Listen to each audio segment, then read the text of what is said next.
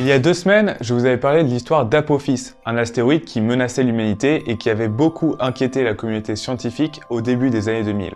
Si Apophis ne représente plus une menace aujourd'hui, on se rend compte que le risque est bien réel. En témoigne par exemple cette explosion d'un météore en Russie en 2013. Tôt ou tard, la Terre sera menacée par un astéroïde et il faudra agir. Il faudra se défendre. Alors c'est pas moi qui le dis, c'est Stephen Hawking, le physicien, dont vous pouvez avoir un peu confiance en lui. Et donc en moi. Le problème, c'est qu'on n'a pas une armée de super-héros pour nous défendre et qu'on n'est pas vraiment en totale détente sur le sujet.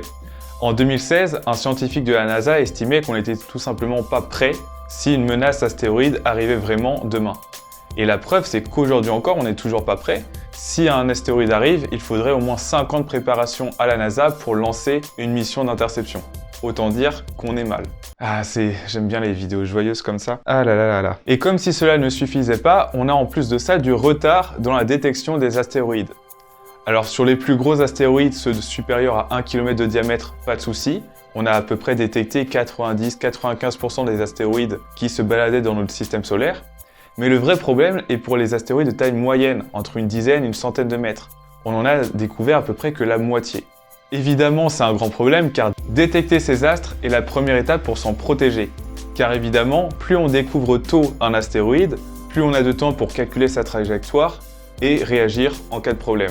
Certaines méthodes de protection sont plus lentes que d'autres, il faut plus de temps pour les mettre en place, et puis il faut surtout prendre en compte la composition de l'astéroïde avant d'agir. Et donc, mise en situation, imaginons qu'un astéroïde débarque demain, qu'on se rend compte qu'il va entrer en collision avec notre planète. Qu'allons-nous faire? Comment nous protéger? Quelles sont les méthodes pour empêcher une collision? C'est ce que nous allons voir tout de suite. Générique! Attends, j'ai déjà fait ça, non? Je me répète. Hey hey! La première idée qui vient en tête, c'est évidemment de détruire l'astéroïde, lui envoyer un gros missile dans la figure et lui exploser la tronche, un peu comme dans le film Armageddon. Alors c'est sûr que sur le papier, c'est le plan le plus simple. Les missiles nucléaires, on prend, on balance sur l'astéroïde, il explose, et c'est fini. On lui dit bye bye, bye bye.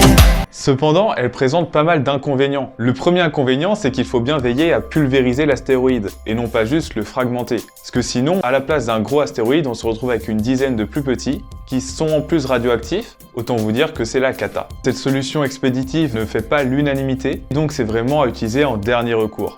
Du coup, la deuxième option est de dévier l'astéroïde de sa trajectoire afin qu'il loupe la Terre. Influencer légèrement la trajectoire de l'objet en appliquant une poussée sur ce corps céleste. Alors jusque-là, c'est le grand principe général et il y a 2 règles à respecter. Le premier, c'est de veiller à ne pas fragmenter l'astéroïde, parce que sinon, comme dans le cas précédent, on se retrouve avec plusieurs astéroïdes au lieu d'un seul, et donc là, c'est vraiment mal joué. Et la deuxième règle est d'être conscient du temps dont on dispose. Un objet lointain, repéré à l'avance, nécessite juste une petite poussée légère et constante afin de détourner suffisamment l'objet de sa trajectoire.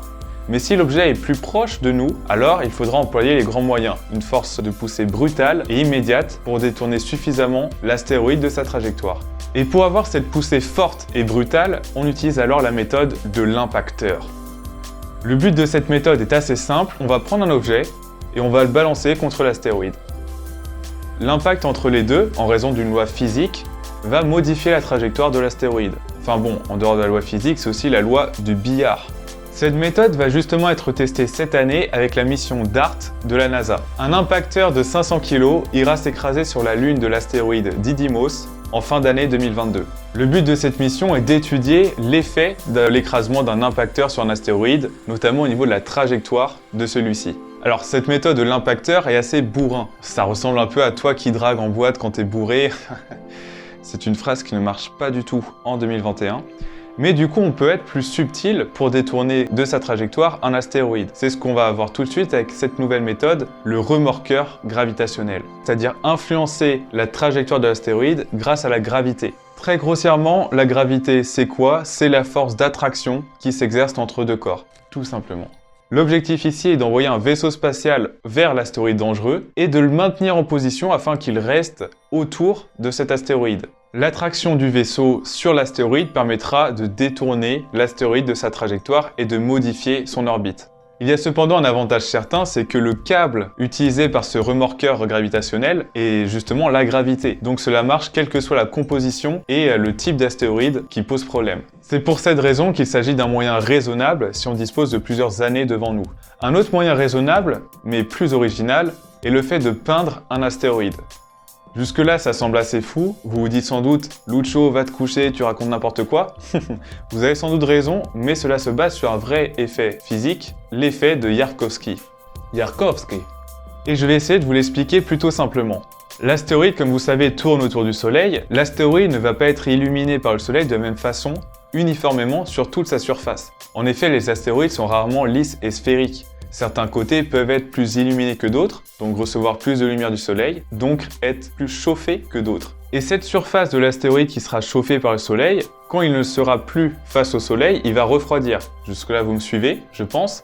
Et en refroidissant, il va émettre un rayonnement infrarouge, qui va provoquer une minuscule poussée et donc modifier légèrement la trajectoire de l'astéroïde. Alors c'est un phénomène qui existe en permanence, tous les astéroïdes subissent cet effet Yarkovsky et donc ont une trajectoire qui peut changer, peut être modifiée par cet effet en fonction de ce principe de refroidissement et donc de l'émission de rayonnement infrarouge. Et c'est là que la NASA débarque avec cette idée, en saupoudrant par exemple un astéroïde de talc blanc ou de poussière noire, on change sa propriété thermique, donc il fera plus chaud ou plus froid à certains endroits de l'astéroïde, donc le refroidissement sera différent et cela va accentuer l'effet Yarkovsky.